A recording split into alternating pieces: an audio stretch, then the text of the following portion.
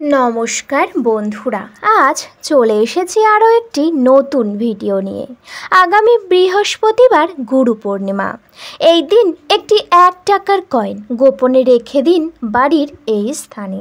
এতে আপনাদের সকল সমস্যা একেবারেই দূর হবে এবং গৃহে আসবে প্রচুর অর্থ। আসুন বন্ধুরা, এবার জেনে নেওয়া যাক সেই একটি 1 টাকার কয়েন বাড়ির কোন স্থানে রাখতে হবে। বন্ধুরা, আগামী বৃহস্পতিবার পড়েছে গুরু পূর্ণিমা।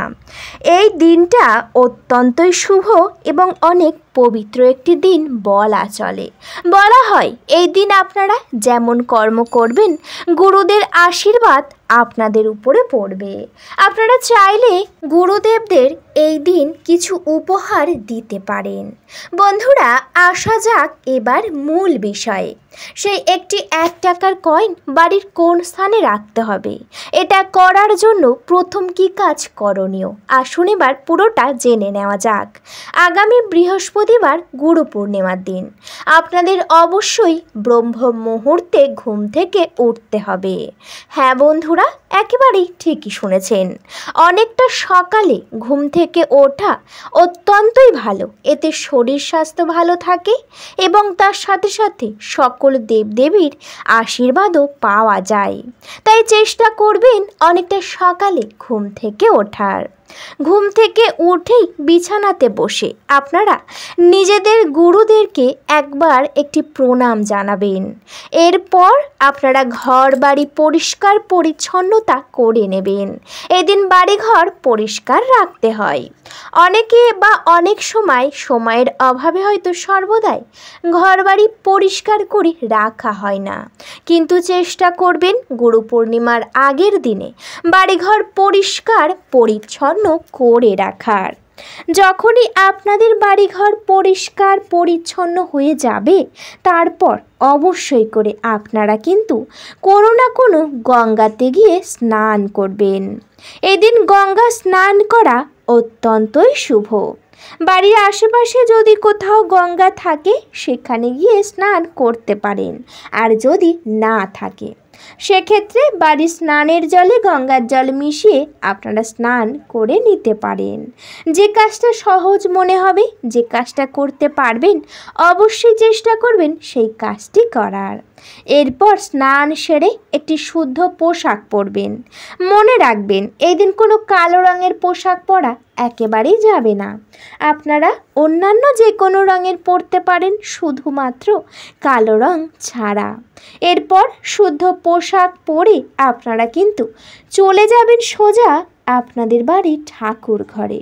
বন্ধুরা, ঠাকুর ঘরে গিয়ে প্রথমেই ঠাকুর ঘরের দরজা খুলে সকল দেবদেবীকে একবার ভালো করে প্রণাম করে নেবেন। এরপরে আপনারা কিন্তু অবশ্যই ঠাকুর ঘর ভালো করে পরিষ্কার পরিচ্ছন্ন করে, যেমন আপনাদের নিয়মে প্রত্যেক দিন ঠাকুর ঘর পরিষ্কার করেন, ঠিক তেমনভাবে ঠাকুর ঘর পরিষ্কার পরিচ্ছন্ন করে নেবেন। এরপর আপনাদের ঠাকুর ঘর একেবারেই পরিষ্কার হয়ে যাবে। তারপর আপনারা কিন্তু সকল দেবদেবীর চরণে ফুল এবং তুলসী পাতা দেবেন। এরপর আপনারা ফুলের মালা দিয়ে সকল দেবদেবীকে সুন্দর করে সাজাবেন। সাজানো সম্পূর্ণ হয়ে যাবার পরে আপনারা ভোগ নিবেদন করে দেবেন। বন্ধুরা, ভোগে তুলসী পাতা দিতে একেবারেই ভুলবেন না। তুলসী পাতা ছাড়া কিন্তু কোনো দেবদেবী ভোগ গ্রহণ করেন না। তার মধ্যে কয়েকজন দেবদেবী রয়েছে যাদের ভোগে তুলসী পাতা দিতে হয় না, কিন্তু বেশিরভাগই সব দেবদেবীর ভোগে তুলসী পাতা অবশ্যই দিতে হয়। তাই অবশ্যই আপনারা তুলসী পাতা ভোগে দেবেন। এরপর আপনাদের যে কাজ করণীয় তা হলো বন্ধুরা, একটি তামার পাত্র নেবেন। হ্যাঁ বন্ধুরা, একেবারের জন্য ঠিকই শুনেছেন, এই কাজের জন্য তামার পাত্র লাগবে। আপনাদের কাছে যে ধরনের তামার পাত্র, ছোট বড় বা মাঝারি যা রয়েছে, সেটা ভালো করে ধুয়ে পরিষ্কার করে নিয়ে নেবেন।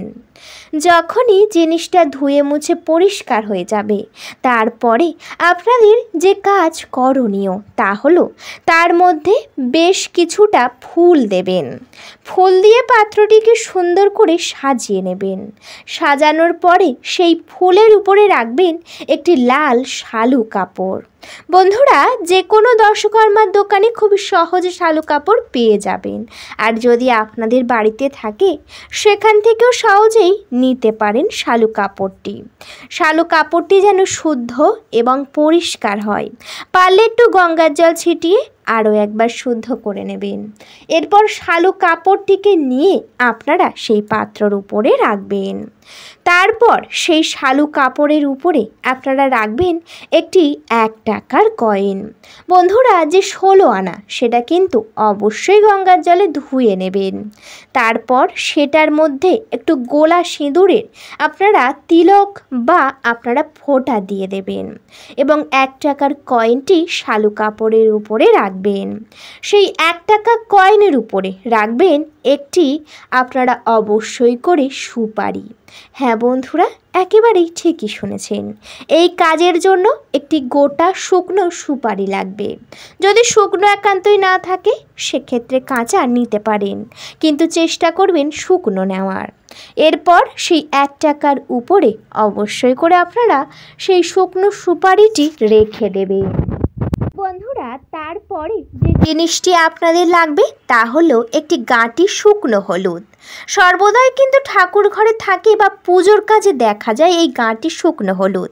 আপনারা সেখান থেকে নেবেন।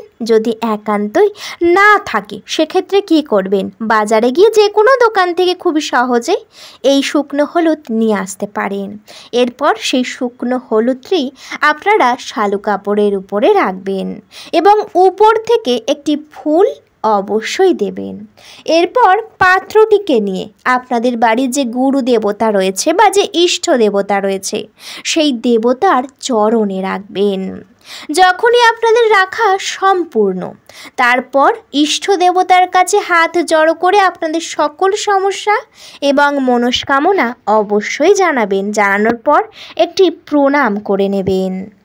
বন্ধুরা, এরপর আপনারা শাঁখ-কাঁসা ঘণ্টা বাজিয়ে বাড়িতে পূজা সম্পূর্ণ করে নেবেন। পূজা সম্পূর্ণর পাশাপাশি কিছুক্ষণ বাইরে প্রণাম করে অপেক্ষা করবেন, যাতে সমস্ত ভোগ সমস্ত দেবদেবী গ্রহণ করেন এবং আপনাদের উপরে আশীর্বাদ দেন। সেই কারণে অবশ্যই আপনারা কিছুক্ষণ অপেক্ষা করবেন। কিছুক্ষণ পরে পুনরায় ঠাকুর ঘরে ঢুকবেন। ঠাকুর ঘরে প্রবেশ করে আপনাদেরকে কিন্তু প্রথমে সমস্ত ভোগ তুলতে হবে। সেই ভোগগুলি নিজেরা গ্রহণ করবেন, বাড়ির সবাইকে দেবেন।